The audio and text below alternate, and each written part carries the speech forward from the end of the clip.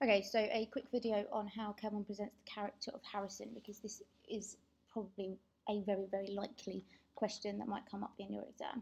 So you could track through the novel as a whole and talk about individual moments of Harrison and what they show about him and perhaps what Kelman is trying to show about him in society.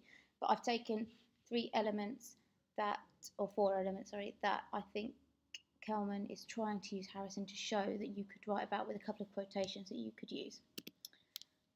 So the first one is that he represents the immigrant population. So if you remember, Harrison is a very young immigrant. He comes over from Ghana at the age of 11, and he reflects the story of Damilola Taylor, who came over from an African country at the age of 10. So he's a very young boy, and you can say he's very young on purpose.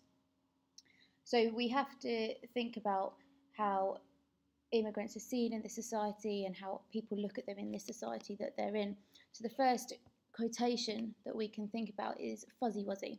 So if you remember, Harry's mama is called a Fuzzy Wuzzy in the story, and Harry doesn't understand what that means, but the reader knows that she is experiencing racism at work, and she's got quite a highly respectable job. She's a midwife, and a mother refuses to be treated by her because she's an immigrant, because she comes from another country. And that reflects things that were going on back in 2011. It reflects quite a few things that are going on today. So it's still a really relevant novel 6 years on.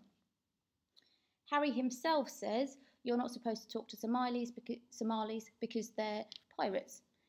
So this is something he's picked up. It's a very childish phrase, but he questions it and he says, well, Altaf can't be a pirate because he can't swim. So that shows that even children are affected by this idea of immigration, and you've got Ghanaians not being allowed to talk to Somalis even though everybody lives in the country together, and it's up to you to decide whether that's a fair representation in this country or not. But think about what point is Stephen Kelman trying to make, and you need to answer that question in your essay rather than just pose it.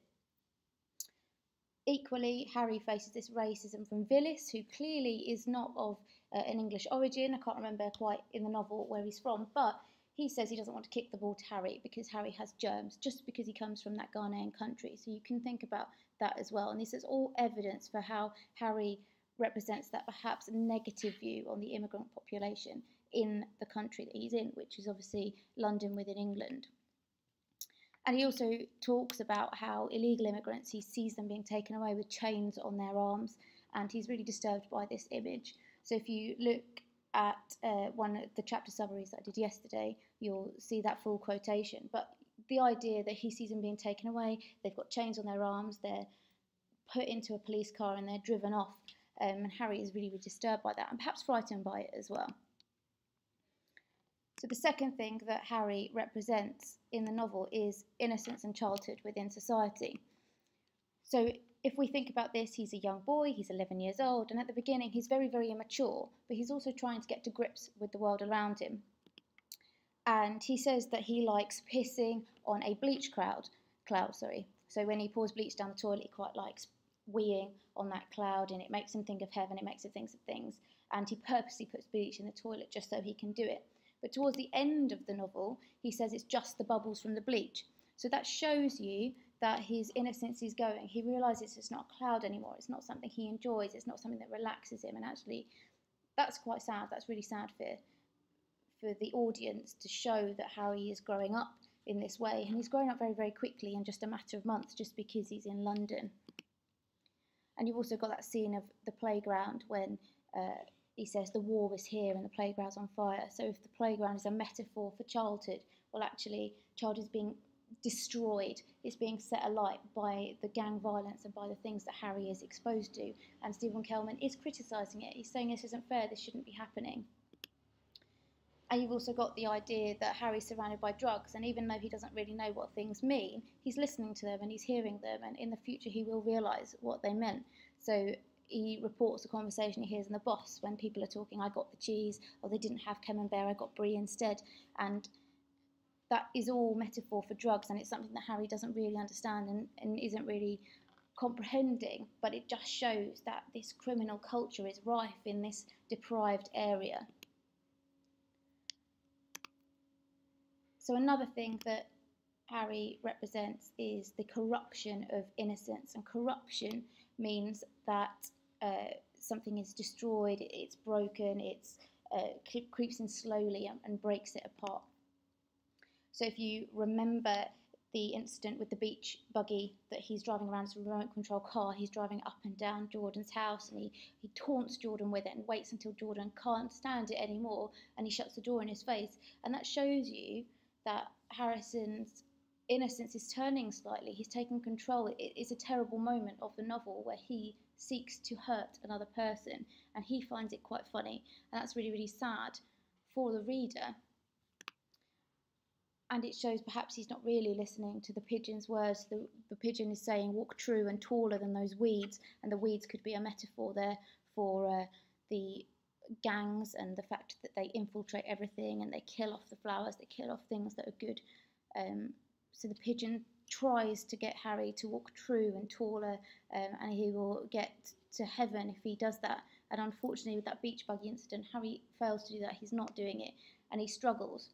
So perhaps there is that temptation always in society that you might do something wrong, and actually, are you able to find yourself back? Julius tells Harry to stay good for as long as he can, so that suggests that all children lose that innocence at some point, and all children have the potential to become evil.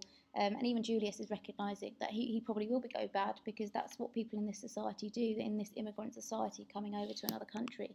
And we see it for ourselves when he takes on the mission, or both missions, from the DFC, when he goes to hit the fire alarm and he knows that's naughty and he can't do it. And then equally, he is told to knock over Mr. Frimpong. He can't do that either because he hasn't quite lost his goodness yet. So finally, we can ask if Harry is a metaphor for all children in society.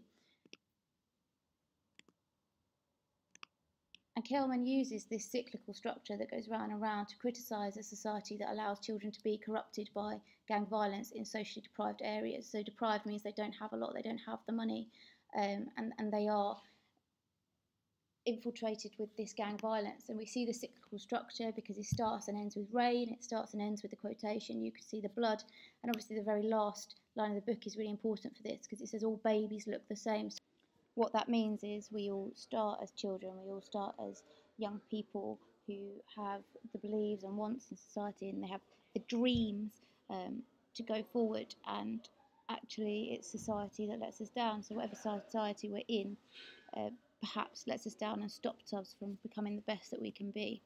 You could also say that Kelman uses Harry to criticise humans and humanity for seeking power and control other people, and the pigeon can be used for that because he says violence came so easy to you, and he talks about how people step on ants as children and they like doing that because humans seek to take control over other races, and perhaps Kelman is saying that isn't how it should be.